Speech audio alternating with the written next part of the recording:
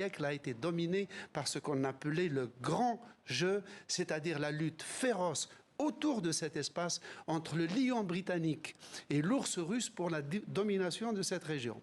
Aujourd'hui, on appelle ça un nouveau grand jeu. Pourquoi?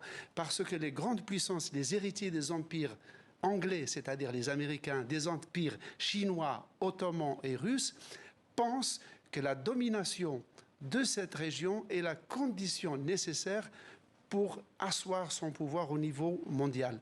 Voilà pourquoi la rencontre, il y a quelques jours, au Kazakhstan et maintenant au Ouzbékistan, remet vraiment en place, au centre des convoitises mondiales, cette région ultra sensible qu'on a appelée, encore une fois, l'empire, le milieu des empires. Merci Slimane pour cet éclairage. Alors justement, ce sommet de l'OCS, l'Organisation de coopération de Shanghai, a permis à Moscou de renouveler son soutien à Pékin sur un dossier sensible, Taïwan, un conflit larvé qui inquiète les Taïwanais, mais aussi les habitants de la petite île japonaise de Yonaguni. Mathieu Sarfati nous explique pourquoi. Ici, tous les pêcheurs de l'île gardent encore en tête ce qu'ils ont vécu début août. Un missile chinois est tombé à quelques dizaines de kilomètres des côtes. Un tir en réaction à la visite de Nancy Pelosi à Taïwan. Même si on n'en parle pas, on se souvient de la peur qu'on a ressentie, le choc. Tout le monde est sur les nerfs. J'espère que cette situation ne durera pas longtemps. La côte est de Taïwan n'est pas loin. 110 kilomètres à peine séparent les deux îles. Shigeru, comme les 1700 habitants de Yonaguni, vit dans l'incertitude depuis que les manœuvres de Pékin ont repris dans la zone. La pression de la part de la Chine est pesante. Taïwan fait office de barrière pour l'instant, mais une fois que ce sera sous le contrôle de la Chine, cette zone sera particulièrement menacée. Conscient de la situation géographique délicate de Yonaguni, le Japon y a installé une base militaire depuis 2016. Tout l'intérêt d'avoir la base ici, c'est que les forces de défense aideraient les insulaires en cas d'urgence. Mais après la crise entre la Chine et Taïwan, je ne peux m'empêcher de douter que les forces japonaises d'autodéfense nous aideraient en cas de conflit. Dans ce paisible confetti, on craint désormais que la base militaire ne serve de cible si Pékin venait à envahir Taïwan. Le retour médiatique d'Ahmad Massoud, non pas dans la vallée du Panjshir, son fief, mais à Vienne. Pour une conférence de presse, le fils du commandant Massoud a lancé un appel pour unifier la diaspora afghane.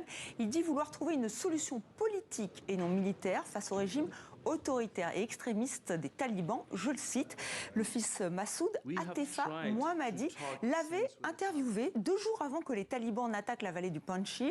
Un entretien qui avait provoqué leur colère, selon cette présentatrice et activiste. Comme beaucoup de journalistes afghans, elle a dû fuir au Pakistan voisin. Un exil douloureux avec pour certains l'angoisse d'être retrouvée et tuée. C'est un reportage TV5 Monde. Il est signé Arthur Larry. Atefa vit en exil à Islamabad depuis 1 an. Présentatrice télé et activiste pour les droits des femmes en Afghanistan, sa vie a été bouleversée le 15 août 2021 lorsque les talibans sont arrivés au pouvoir. Menacée par les nouveaux maîtres de Kaboul, elle a dû fuir seule au Pakistan en laissant sa vie et sa famille derrière elle. Sur cette photo, on me voit avec Ahmad Shah Massoud, le leader du Front national de la résistance afghane. C'est la dernière interview que j'ai réalisée 2 jours avant que les talibans n'attaquent le Panjshir. C'est suite à cette interview qu'Atefa est entrée dans le viseur des talibans.